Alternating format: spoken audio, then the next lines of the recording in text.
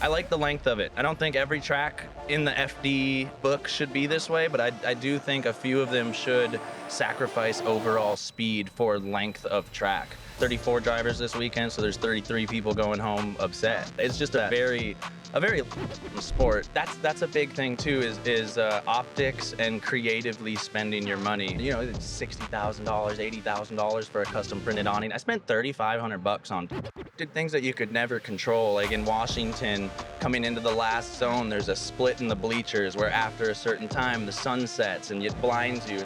You can set all that stuff in the sim. It's the same thing that can be said for drivers, is you can learn your mistakes just. I've been wanting this shit forever. I've been in the field with whatever they throw at me. Brush it off, pick myself up, moving on to the better. Hey. Ain't no errors, baby, it's a new era. Welcome back to the Circle of Drift podcast. I hope you all had a Merry Christmas last week. And moving into this week, I hope you have a Happy New Year. And any resolutions you guys are coming up with moving into the new year, feel free to drop them in the comments. And honestly, I wish you guys the best of luck moving into those this year and sticking to them. For one. But today we are actually back at Formula Drift Long Beach for the Shoreline Showdown, and we're going to be sitting down chatting with Daniel Stuke, where he's been in Formula Drift for several years now and moved on to an S15 Type R, genuine Type R chassis, more previously probably known for his S14.9. But we'll talk a lot about his program and sim drifting, how it's helped him, and some other stuff. But look, I know a lot of you guys are probably looking to get into drifting, or maybe just further that skill level as you get deeper and deeper into your drifting career. And probably the best way to do that is through sim drifting. But lucky for you guys, this show is presented by Sim HQ, so you can always save 5% off on your next upgrade, or maybe you're looking at your first full sim rig. But no matter what it is, never pay full price if you don't have to. So I'll leave that link below. And without further ado, let's go ahead and get into the podcast. Well, we are back here at Formula Drift here at Long Beach, and we have another brand new face to the channel, Dan Stuke, man. Howdy, dude. How's it going, dude? Very good, very good. Yeah? Melting a little bit, but having a great weekend. A little toasty. Yeah, excited to be on here, dude. I loved B-Rad's episode. I caught that recently. You call him B-Rad? I do, yeah, I call him B-Rad. I know. I feel bad. I feel like he has to. I forced him into name. a rebrand. I know. I'm from Minnesota too, so it's just like the ease and it just rolls so nice off my Sick, man. Well, how are you enjoying the new layout so far? I really like it. I'm a fan of it. It feels very grassrootsy. I turned my car all the way down to like 620, something like that. No way. Yeah. I've heard it seems slower than we thought. Yeah, it is. It's definitely a parking lot event. But I mean, like, it is the pinnacle of what a parking lot event could be, kind of. Like, I mean like walls just with, everywhere. Yeah. But I mean, with like the backdrop and the palm trees, and it feels very like if a Disney movie made what a drift event should. Like in a good way, though. In a good way, it's just like almost too scenic. You're like, something's fake here. But I like the length of it. I don't think every track in the FD book should be this way, but I do think a few of them should sacrifice overall speed for length of track and not just be a one transition and three zone kind of thing. I love going to drive a course instead of a corner. It's really cool. I can see that. Yeah, I definitely don't see it being sustainable. I'm sure you're going through a lot of tires. No, dude, I can get 6 laps on the Kendas. Sorry, Kendas, yeah. Yeah. What size are they? 265. 265. Yeah, I'm the lightest car out here too, really so that helps good. with tire wear. The beginning of the year, maybe I get 4 or 5 here. The beginning of the year, I was getting 6 laps on a set in practice for Long Beach 1 and Super Drift.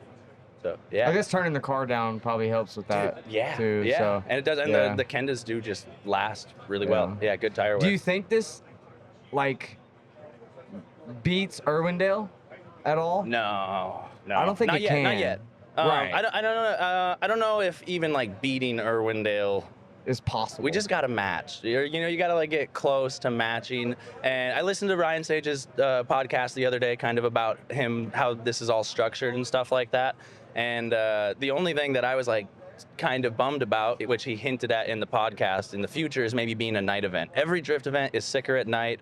You get the Type S lights and stuff, just the smoke, the clouds, the like ambiance of headlights, even when they're pointing at a winner or something like that. But you're waiting, and it's more suspenseful when there's smoke hanging in the air, and like Yeah. suspense hangs with smoke. You know, Oh like, yeah. Well, I it's mean, tight. drifting is a very aesthetic sport, anyways. 100%. So, Yeah.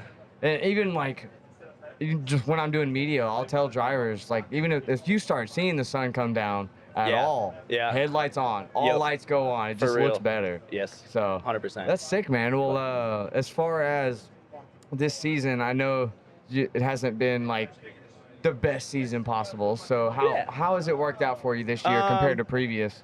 So I'm not far off from where I would have liked to ended the season. Definitely not where I wanted to end the season, but I kind of approach this with realistic expectations. And like I was telling you off camera a second ago, like I kind of started my drifting career at the same time I started Pro 2 at the time. So like I've learned what I'm doing while I'm here in front of eyes and stuff like that.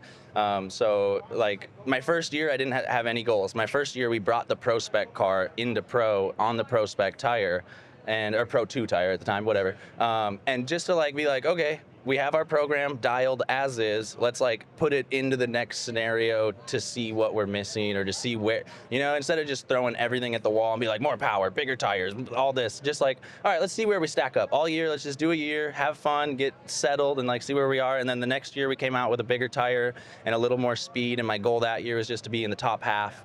And I think I ended at like 24th or something like that. So that was close. So my goal this year was top 10. And I think I started, some call it a fluke, whatever. It was a little goofy, but I won seating bracket here and ended Long Beach 1 in 5th place. So I was like, all right, this is going to be a good year. I want to just end in top 10 was my goal. So I'm right outside of there, but no, dude, yeah, it's an endurance race, dude. The goal is also just kind of get to the end of the year without being broke or dying. So I did that. Right. Yeah. I think a lot of the people that end up coming in and immediately coming out is the people that don't have that expectation. Yes, and 100%. Dude, want things too fast. It would be so disappointing. I mean, there's 34 drivers this weekend, so there's 33 people going home upset. And if you're a person who like it really eats you away losing, like maybe that could be fuel for something or something like that, but also no, you just got to kind of be like, oh no, I lost a motor, I lost a trans, steering rack blew up on the burnout box before your battle or something like that. It's just a very let down sport. Yeah. Looking for the highlights. So I don't know. You can't be kind of that negative person. No, never.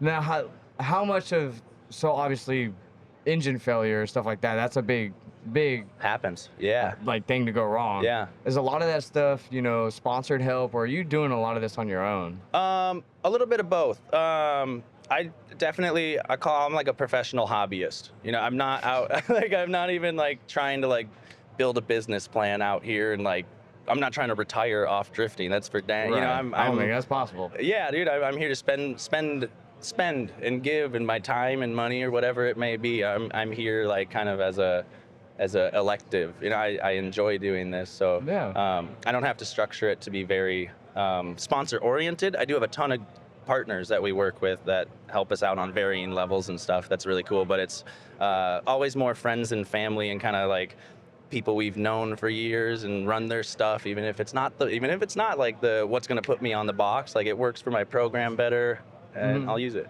Yeah. So you're putting in majority of your program essentially. So like, so the main like Part Shop Max has been killer. They've like covered my suspension and stuff for what was a pretty brutal era of learning to drift. It used to be like in Pro 2 and stuff, it would be a corner a weekend. I'd wreck something. We'd go in the trailer broken. That's how do you find the line, dude? You gotta smash into it, I guess. But so we've had like Part Shop Max has been huge. Dude, a lot of ECU Masters. ECU Masters is another one. Zach is a killer. But yeah, we just kind of we work and we run with the companies that we like and that works with us and stuff. And if they want to support us, sick, come on board. Well, whatever you need, we'll figure out a plan and like kind of have an attack on something. Or if you just want a sticker on a car just to be part of it, that's a thing too. And, yeah. You keep a more relaxed approach to it. That's pretty 100%, cool. dude. Yeah. Yeah, well, it's ironic to hear because like your pit space is pretty nice. Thank you. Like the turf is a nice touch, Thank and you. like things look appealing to the spectators and Yes, stuff. yeah. So which you would usually only find in someone with, a heavily monetized program Right. or whatever.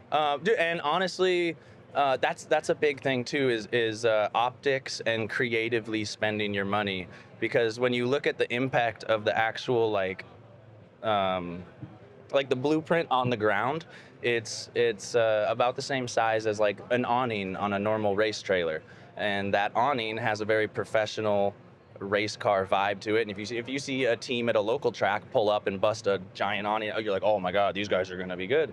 And it's $60,000, $80,000 for a custom printed awning. I spent $3,500 on turf, and I kicked the turf out. And then I spent like $1,000 on these nice dollies because I blew my back out the first year trying to like drag them and stuff. So I just it's not heavily monetary stuff. It's just like really impactful. Being smart about Yeah, it. dude, yeah, at least creative. Yeah, some stuff. I don't know. Right. Some people would say the turf is dumb. I don't know who, but yeah, there's some people that don't like it. And they're like, why? I'm like, I don't see I don't why know it why. would be a Because bad I don't thing, have 80 yeah. grand to spend on an awning, and it keeps my pit space cooler. And when B-Rad and Jay are under the car, they can like grab an arm and slide under. It's Yeah. nice. Like, it gravitates people to the pit when you're. Like today's hot, I'm sweating, everyone's walking around on asphalt and your legs get tired. Your only relief is some hot metal bleachers. So then when they see comfy chairs and some green grass and a tent and free water, they just like naturally Dude, I'm not gravitate. gonna lie, just standing on that turf is way softer. 100%, dude, So, like yeah, 20 degrees I cooler. get It's that. wild. Yeah, no asphalt under you is wild. And it's like a human relief area kind of thing, like That's they cool. just, yeah, it's Create nice. your own little Yeah. atmosphere over there. Yeah. Getting into this, I know we kind of brushed over it, but Yeah. the fact that you started drifting in FD Pretty much, is yeah. pretty incredible. So like there was no, like not even a couple events beforehand? No, and I mean, well, you got to get a license somehow. So yes. Right. So, but I'm saying I didn't come from like a drifting background or anything. I think I did like a year and a half of Pro-Am. We did like a half year where we kind But of you went bounced like around some directly Pro-Ams. into Pro-Am. Yeah, pretty much. Yeah, I went That's to the insane. Drift League. I got my license with like Rome's the same way. Rome, I think, and Robert. true. There's a couple. Yeah, there's a yeah. handful of drivers who only did like, maybe a year of getting settled, 1 year of Pro-Am, get their license right away, and then they're like straight into Pro. But you don't really learn. You learn a lot, but you don't really learn a lot, or like everything in that first 2 years, No. dude. I'm on 7 or 8 years. I don't even know how many years, and I feel like an idiot. And every event, I'm like, no way, dude. Like, just weird little program stuff. But Do you ever like regret jumping in so quick no. at all? No, not like at all. Maybe you could have learned a little bit more doing just grassroots stuff for a while, or dealing with a car with less angle, or like I any of started that with low stuff? angle cars. I had a bunch of like stock 350Zs, Oh, kind of fuck like yeah. in that first like half year. I wouldn't even call that like a drifting career though, because I was not mechanically inclined. I had a couple homies. I'd buy a $2,000 350Z and do like 4 or 5 events, and the VQ would blow up, and then I'd just sell it for what like a weird way of getting through. But no, I think, dude, whatever.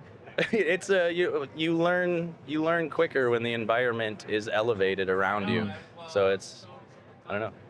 I'm just always curious what people's perspective is on that, because Right. you'll hear, like I've preached about it a lot, of just starting simpler and just get in the door is Right. the problem. Most people are just scared to try it. Yeah, Or yeah. scared of the embarrassment Yeah. or whatever. So the fact that you went full tilt from the jump and like, let's just go drive in front of people in a competition Yeah, I setting, mean, and like be pressured into every run. Maybe to each their own. Like, there are people who definitely maybe do need a couple years in low power cars, but like, dude, tell me Cameron Sorensen couldn't like.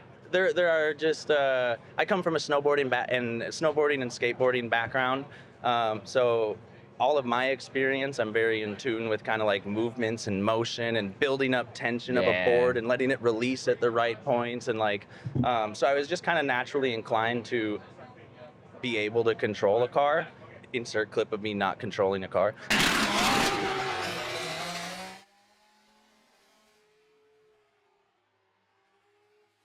But for the most part, I was like, I didn't feel like I was a reckless person who would total someone else's car. I would definitely do some stuff to wreck my own cars. But yeah, I don't know. There are definitely people who are probably too reckless to where it's kind of more of a liability to like learn here, but more and more with how modular the race cars are and how good the safety stuff I mean, there's is. people and, like, out there that got plenty of money to spend and no care in the world. That's so yeah, you know, dude, yeah. I couldn't that's the imagine world we that. live in. but- Yeah. What wheels do you run on your car? I run the KMPs Hyper Silvers on my Hyundai Elantra.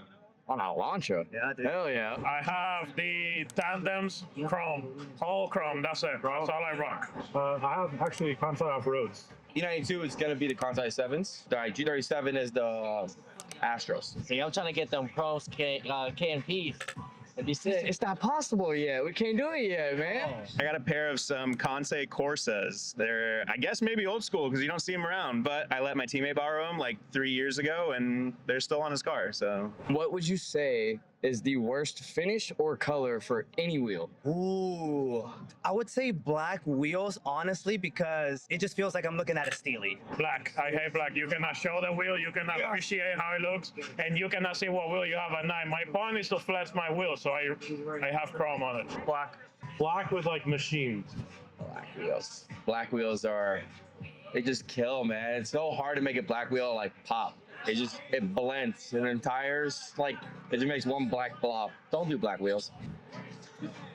I'm gonna say matte black. If I had to pick. Take it. I was waiting for you to say chrome. You know this one. Black. My man. Actually, I gotta call myself out because if you're gonna go to my Instagram, I'm literally running black Graham lights on the front right now. All right, we got to go.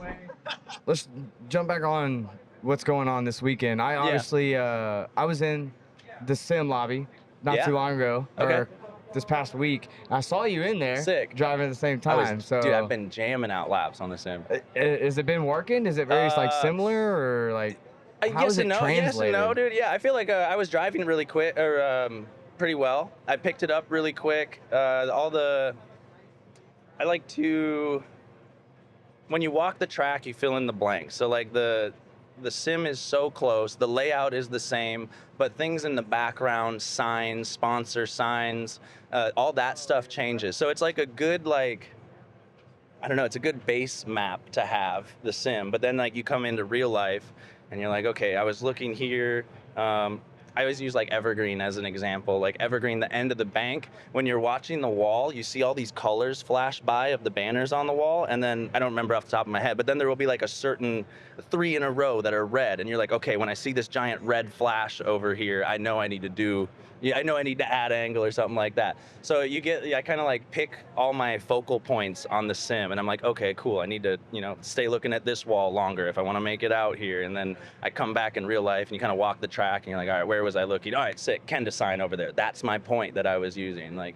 So it's nice. That's fucking yeah, hilarious. It's like recon kind of. I don't know. I never thought about that part. it's just tight. like re-engineering your reference points. Yeah. Once you finally get to the real Yeah. track. What the fuck? Yeah. Okay, so does it feel smaller at all on track? Like, does some it of feel it does. narrower? The very last zone feels smaller. The push kind of down the power alley. They added the 2 extra zones, so I don't know if it's 6 or 7. There's a lot of zones here. But like the push down the power alley is a lot longer than it was on the sim. On the sim, I was able to. I was kind of struggling to fill the first one on the wall, so you kind of pedal to push. And then there was just this long, you kind of like pedal, float for a second, and then you're on it. Versus here, I just kept having to push, deeper, and I'd still come up like on the front half of the zone and stuff. So it was a lot longer of a stretch. So that one was bigger. Initiation feels bigger here. So I don't know, it's kind of, but it's accurately scaled. But I don't know, maybe it's a tire difference. The VDC tires don't carry speed, so the timing's a little off from I can see transition to that. transition. So you're just or coming something. up short on the yeah. first half. That's fair. But yeah, it's close enough to where maybe you don't take all of like your internal timing for like chase transitions, like you don't, not everything is exactly the same, but it is, everyone said kind of that 85-90% there. Right. Yeah. Does the entry feel as sketchy as it does in the sim? It feels a little tighter. Like the run up okay. the run up feels a little shorter. I didn't have to jam into 4th as quickly on the sim. It's definitely a short shift, but I was getting like probably, I leave the line in 2nd and then I'm out the chicane 3rd, and then maybe there would be like a pedal, or 2 or 3 pedals of 3rd and then 4th, versus I'm like trying to get into 4th straight out the chicane here. And wheel speed. Wheel speed is always like 10 mile an hour higher on the sim than to like feel the same for some reason.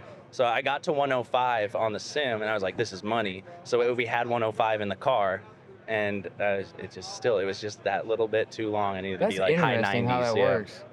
Because I was talking to Sage during his episode, and this was like the first event that they really used the sim layout and the idea of sim drifting to really decide on the safety factors and stuff like that, which I thought was interesting. I think that's a great idea. I think there should be more of it, especially with things like things that you could never control. Like in Washington, coming into the last zone, there's a split in the bleachers where after a certain time the sun sets and it blinds you. You can set all that stuff in the sim. You can set time of day. You can set tire smoke levels. So like on the sim, you're like, and then you could probably relay that and be like, all right, cool. This is a problem spot. That means we're going to put a big old Type S sign on there or something. We're gonna block that. So there's a lot of like development, and it's the same thing that can be said for drivers. Is you can learn your mistakes just cheaper. Like it's not as impactful if something goes wrong on the sim. If I hit a wall, I got a reset button. If we place a zone wrong, and like not saying they did or would, but like you could ruin someone's race weekend by doing something like by experimenting in real life. You could ruin a lot of people's race weekend. So why wouldn't you just take the little bit of extra work to develop it online where it's safe and easy, and we can copy paste, click it to everybody, and everyone has the exact same files, and it's the future. To get it's the feedback. future. It's a weird kind of blending moment, but they need to be together. We gotta figure it out first before it can work. It's gonna be cool to see the improvements of it and stuff. What sim are you on, by the way? So I have a Acetec wheelbase and pedals, and then I have I was Club Sport 2.5 stuff before I went DD, so I've still got the handbrake lane or the shifter from that, because that works fine and I like it. And then the Thrustmaster Sparco e-brake, which is very ASD feeling, so it's nice. Yeah. Have you tried any of the Sim Magic stuff at all? Yeah, just in their booth. Just in their booth, and I need to get all my settings in and stuff. I can get around tracks and shred and have fun, but I really like dialing it in. Yeah. Does it seem like more force feedback, or like what's the? It seems like every sim is so vastly why are they so different. over capable on torque, dude? Why? Who needs 90 Newton meters? I think I run mine at like 8 to 12 or something like that, depending on the car. But I think it's like capable of like 25 or something like that. Dude, and even the I guess Alpha F1 Mini that cars, I have, maybe, but it has a lot of force feedback. Yeah. It's insane. Dude. I end up having to, whenever I bring it to events, I'll crank the force feedback down to like 30% in game. Yeah. Just because I know people are gonna freak out as soon as they hit a turn. And it happens. Bad. I've broken too many fingers doing other stuff to where I don't want to get it. I get it caught in the sim every once in a while. I'll get a thumb slap on like the wheel coming back down. I haven't gotten that yet. Bro, I hate it. But dude, when someone plows into me, you're chilling and in the pits. It slams my wrist. Oh my god. That's that doesn't feel too good. Right. But no, I like it, dude. I spend a lot of the time on the sim. Good, man. Do you think there's going to be a lot more people like Manoa coming in? Yeah. And like, you think that's going to be the next wave of how drivers enter, not just drifting, but other motorsports too? Dude, that's a tough question. I think it's a yes and no. For sure, I think everyone coming in the future will just be utilizing the sim. Whether or not they came solely from the sim is one thing. I think if the sport migrated more towards a like company ownership of the teams and they're hiring the drivers, then I could see more drivers coming from the sim world. If it kind of continues down the path, or like right now it's kind of a hybrid of owner operator, like privateers and stuff, then there's so much more in like travel logistics and building cars and maintaining cars and marketing and stuff like that, to where I guess there's American Truck Simulator, but you can't practice driving 36 hours straight to New Jersey because you had to do a motor swap the night before on a sim. So there are definitely like major aspects of doing it at a professional level. But no, as far as the driving goes, that has to go hand in hand with the sim. I like that you pointed that out though, because anybody that I've asked that to, Yeah. they're just like, oh yeah, it's always the point of, you know, is the skill level is just improves amazing. Right. Nobody brings up all the extra shit that they would Right. have no fucking clue about, Yeah, dude. yeah. If it just So- came down to driver skill level, you know, then it's like only the multi-million-dollar teams are the only ones that Yeah. matter. You know, like How do you match your car in the sim? I do you have yours? Diamond Racing, but I have my car in a couple different versions. I don't drive it very often, more so because I'm always in public lobbies. But I just drive the VDC 2JS15, power plant, response, throttle, everything is very, very similar to my car. I think it's modeled after the WiseFab V3, so it does handle a little bit different. But the E92, the VDC E92, hands down my favorite car to drive. It honestly, I don't know why squat to anti-squat. I don't know why it feels like my car, but it feels a lot like my car. It's nice.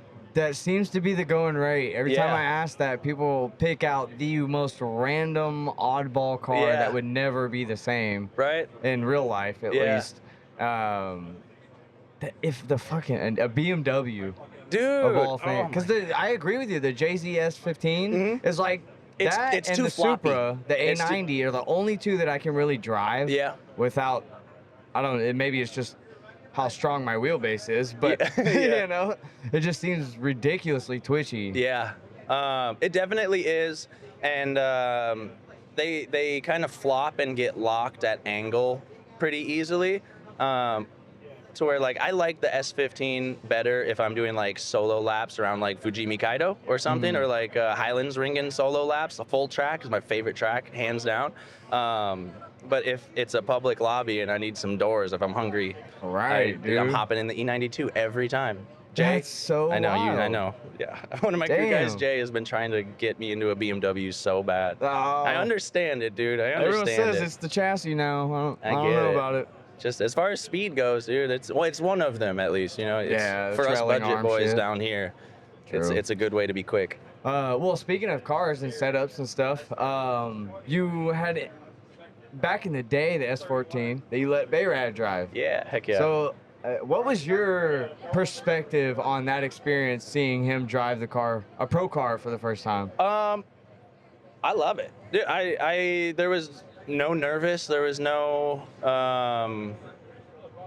I really enjoy, because it doesn't happen often, but I really enjoy like when you're able to toss keys to somebody, because it's such a unique experience that I wish there was a way that everybody, the sim I guess is kind of, but not Right, really. You don't right. get the G-forces and the excitement and stuff, but it is something that I truly wish everybody could experience. So when I got a hardworking dude who already knows his S chassis and like would be stoked to drive it, dude, Is all that why you smiles. kept that car around?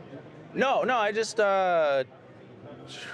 why would I get rid of it? I don't know. It's Just attachment issues? dude, yeah, it was my first car in FD. I mean, honestly, it was like my first real drift car. Besides these, like I think I've had one drift car that had a cage, but it was like a stock 1J Mark III Supra for a very short Oh, period. no way. But no, so it was like my first kind of own pro level cars. I'll keep that thing forever, but now Yeah. it's just one in the chamber. It's ready to go all the time as like a backup car, party car. Bring it to our local events in Oklahoma, and it's a good backup car for if I had a catastrophic failure on the 15. I can, you know, That's got to be a good feeling. yeah, Just to know it's absolutely. there. Yep. Yeah, and it's same drive line, same suspension and everything. So it's like a worst case. We got all our spares in the trailer, but like it's a very worst case scenario. But you know, And now, lose you something don't major. bring it to every round, do you? Like it would be. No, I almost brought it to Washington, but I had to drive a Supra to Utah for Rad Dan. But I was going to bring it to Oh, that's Washington so I right. could jam the day afterwards. It didn't work out, but no, I should. Yeah. Yeah. Yeah, I remember, I don't know if that's the same exact car, but I was talking to you about it yesterday. Whenever you came out to NSS Yes, and yeah, did it a is, little 100%. test day. Yeah, on it was on the exposed dog bone with those Oh, yeah. 24 karat gold wheels, dude. That's true, Yes, dude. Oh yeah. my God, that was so long ago. Yeah. Raw carbon Kevlar everywhere. I liked it. It was great, Dude. man. How did you like that track, by the way? So sick. Because nobody really knows about it outside of Tennessee. Yeah, which surprises me. I think I was talking about that. Maybe it was with you yesterday, even. Just Probably. an FD layout there would be super dope. it's just really long. I don't know how tire wear would be for 2 consecutive laps, but you don't have to do 130 mile an hour into that. True. You know, like yeah. into the hairpin. I guess if you ran like a short run up into the hairpin, you probably could get away with 2 laps. But really cool facility. It's a NASCAR track, right? It's Yep. like, dude, they're all It was abandoned not an abandoned, but like it wasn't in use at the Yeah. time that you came. wild. They opened it back up, and there's new owners That's bought crazy, it and stuff. dude. So How do you yeah. have $100 million like projects that just float around not Well, being used? Nissan's factory is 30 minutes down the road. So they use I it for, used to like, live testing 5 and minutes, stuff? like right next to the Nissan That's factory. cool. So they used that place to just store cars. Oh, Like they wild. paid to rent the place to store Wild. cars. It fucked up a lot of our drift events because they I would still believe do that. them while they weren't using, like for NASCAR and Yeah. stuff. But which is when you came. Right. But now, like, that was probably the last event they ever had with that layout. Crazy. They never run that sweeper anymore. What do they run now? They Just run the it in inside reverse. bit? Oh, weird. Yeah, where you start at the end and you get like second gear entry, and then you got to upshift into third. So you need power. You need Yeah, like, it's there's a just push. It's a no- pusher kind of track. Yeah, it sucks now. Damn. But like that sweeper does need to be repaved. So on the FD note, Yeah. it would have to be redone Damn. in order to incorporate FD cars. And, Feel that. Yeah, y'all would break shit left Yeah. and right with the potholes that are out Yeah, there. But yeah. that's cool that you got to experience that Yeah, track. dude, I'm glad. I didn't know that. That's tight. Yeah. When did you decide to go to the S15 and why? I didn't make that decision. I think the Really? National Highway Safety Authority or something made it for me. I had it. So it was my daily for probably 6 years, something like that, 6 or 7 years, and Holy I've had it in a shit. couple different renditions. It was stock body, stock motor, very clean, low mile car. I did that for a little bit, and then we did just fuel, ECU, and some minor stuff, and then I did, and I put a body kit on it, turned it up a little bit. That's where I met B-Rad. Hell yeah. We took it on Drift Week. So is that the blue one that I used my to have God, is also the yeah. green one with the roof rack that I did on Okay. Drift Week. And then one day it like went. They didn't send anything to me. It was just posted online that they like had this VIN ban list, and they were like all the gray area or the gray market Florida cars. I think they like just dropped this list, and it was like if your VIN is on this list, it's crush on site. Can't be on a public road ever No again. way. So I was like, all right, let's chop her up. Dude, that sucks, man. Yes and no, dude. It actually, yes, it does. But it couldn't have come at a better time. I was ready for a new perfectly car. good car. That's what sucks. Oh, and it's perfectly better now. Well, I mean, yeah. Yeah, I do every single Solid day, point. dude. Every single day, I miss having it as a daily. Yeah. Such a good car. Do you ever think you'll buy one again to make it a daily? Dude, honestly, that's funny. This has been like a topic this weekend I've had with a couple people. Yeah, I think so. And I think they're still priced pretty fairly. I think like that, relatively. When you look at it under the you're same. too used to how expensive California is. Oh, I'm not from California. Or maybe, I don't know. I guess. Yeah, but you come out here for FD and stuff. But even prices of them like coming from Japan. I'm saying like it's, I don't know, $25K for a Type R 6-speed turbo, fresh interior, guess that's not- I mean, still, I don't 60,000 know. miles on it, versus like Those chassis are just 25K for a unreal. S13 with a rust bucket. Like everything else, I guess everything else has inflated so much around it. I'm surprised that it hasn't followed. Like the R32 trend. I really thought as soon as they became legal, you wouldn't be able to find one for under 50K. But it's not the case, and I'm wondering if they're like niche enough to where the GTR and the R32 stigma was like large enough to kind of bring outside people into getting them, you know, not even just like JDM fans, but just kind of people who have just seen Fast and Furious. They're like, yo, even though there was a 15 in Fast and Furious, like the normal guy isn't gonna go buy one of those. So I think maybe that nicheness has kind of kept it somewhat moderate, but they didn't explode to 50K like I thought it would. Yeah. That's nice. I figured they would explode just because of the fact, like, we have so little of them Yeah. here compared to those other JDM cars. Like, Right. dude, you can find a 32 on Marketplace, dog cheap. 10 grand, probably running, maybe 15 grand running. GTSTs. Right, not a Yeah, GTR. yeah, yeah, No, 100%. GTR is Yeah. a whole different I'd consider that a Bro, I different used to car. bring. I brought in a couple GTSTs. They were $7,500 flat, and they were perfect. They were four So doors. They were good. sick. I got them from. Me and my cousins bought some, and I used to take mine stock suspension, stock everything. I'd drive up Montezuma in Keystone, Colorado, like legit Jeep trails, and it would just be half clutch, burning the clutch the whole time, Yep. full gas, and I'm like passing little lifted Ford Rangers while they're stuck, and just like wheel placement on boulders getting me by, not having high clearance. It was wild. Oh god, Yeah. dude, those cars are. That's like I love a Nissans, 32 dude. sedan is like the car for me. Yeah, it's That's tight. one of my dreams. Yeah. But that's sick, dude. Well, tell me about this season and like going forward into next season. What changes are you gonna make and stuff like that? Sorry, not to jump around, but No, that's all right. I have a couple changes on my mind that I'm waiting to hear on some things on whether or not it's the correct move for me to make. yeah. Nothing major, but definitely something that I feel like has been a small handicap. But as far as like tires, motor package, like everything is pretty much staying the same. Yeah. Yeah. I might go up to a 275 next year. What's don't your know. reasoning? They measure slightly under the actual width, and I'm slightly over like what I could be at for the 265 or the 255. So like Oh. for me to just add a little bit of weight, I could put like a boat speaker in and then go up to the 275, or I have to like pull like 110 pounds or something like that to be on a 255. And I don't know. Yeah, I Yeah, don't that's a remember the weird numbers off the top of my okay. head and stuff, but I'm like kind of in this weird gray area where I'm not, the 265 works. I think I'm still a little bit over what I need to be for the 265, but I might just go to a 275. Yeah, I like the little tire game. I don't want to go to a giant bubbly tire or Well, yeah, more You know? problems come with that. yeah, shit dude. fitment, Yeah, you need and, more like, all sorts power, of more stuff. heat, people are blowing up diffs, dude. I've never, you know what I mean? Yeah, blowing up a winner's. Yeah, that's just crazy. That's insane. craziness. No, like even this weekend, I was like 620, maybe like a little over 600 horsepower, and Yeah.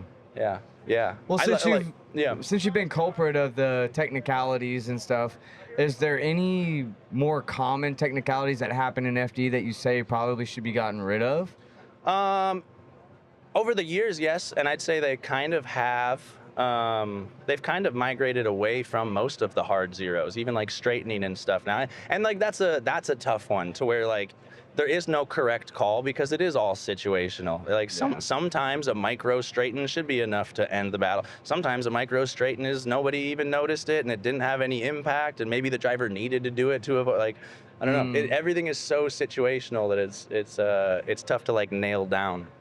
I could see the straightening thing because if you straighten at all in almost any run, your line gets messed up pretty badly, and like Yeah, the but run already ends up almost nowhere near as good as the lead driver's was Yes anyway. and no, though. So But what like, about straightening through transition? Because there is a second of straighten, and even like through a power alley here where you're pushing, because then That's fair. they would always have the calls where like, what is a straighten?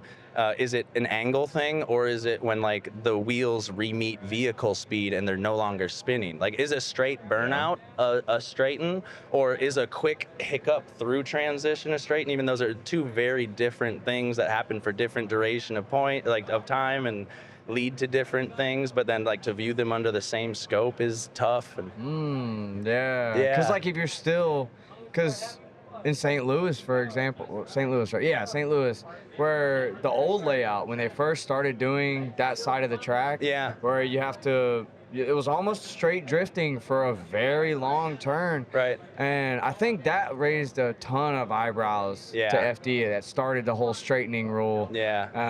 I was reluctant on it Right. in the beginning, but I think it's kind of sorted out to make more Yeah, sense. I mean, and as the sport evolves, the rules will evolve, and maybe we'll bring some rules back that make sense that didn't make sense then, stuff like that.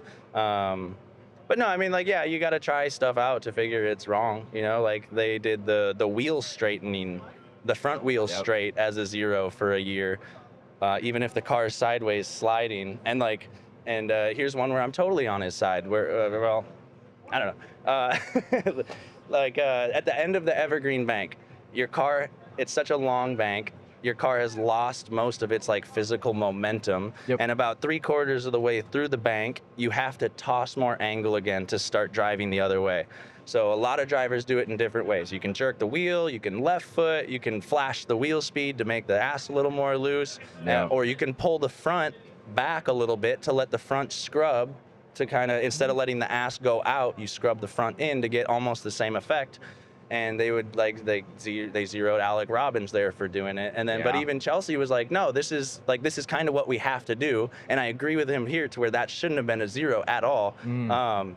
But like, if it's consistency, dude. Like, it may be a good rule, it may be a bad rule. If Alec Robbins goes home for it, if Rome goes home for it, if Tommy Lemaire goes home for it, if I go home for it, some people should have to go home for it. I don't care how good you like the rule, you know, like, yeah.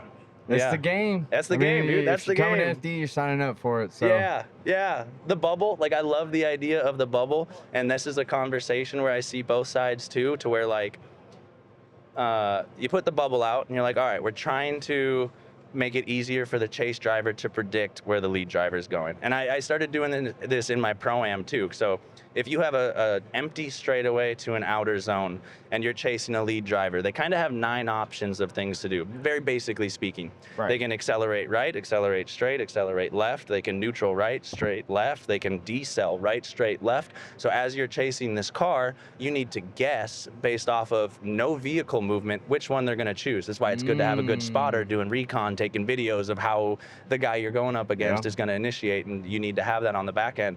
But if you don't know, you're taking a guess, and that guess opens up options of proximity. Yeah. So if you can straight up eliminate like half of those by saying the car is this way now what the chase driver is looking at is a settled car.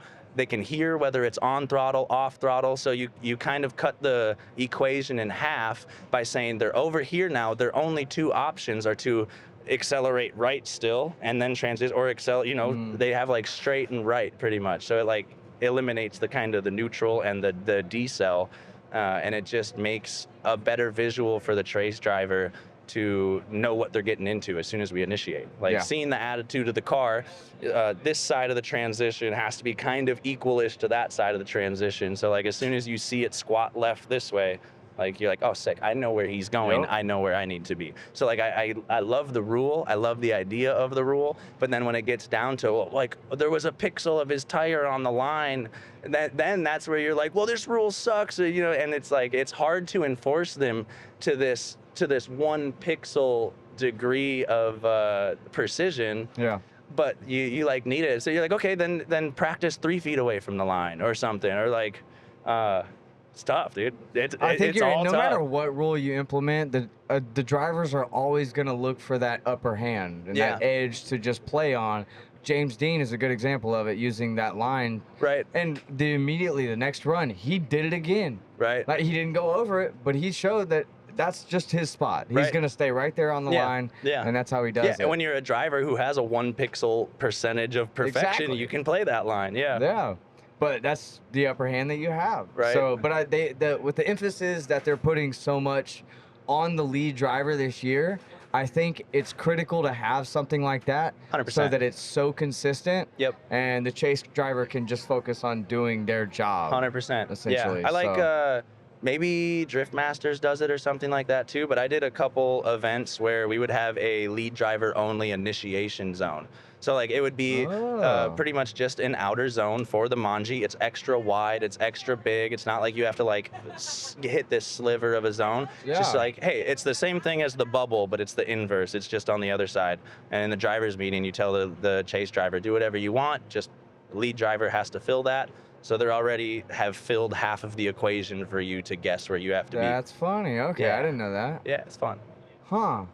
I'm always curious to see how people or how FD will implement stuff from Drift Masters or vice versa. Right. and how I they, want to do an event over there so bad. Dude. It seems I like aspects of both 100%. And it seems like over there you get a better I wouldn't even say better product, but you get better tandems for sure. I think because the tire grip, maybe, like they allow different compounds of tire, so you can increase vehicle speed without having to do crazy suspension stuff. And there's not a lot of like three-dimensional jumping and lifting, and Yeah. so the chassis, it's like you skateboard.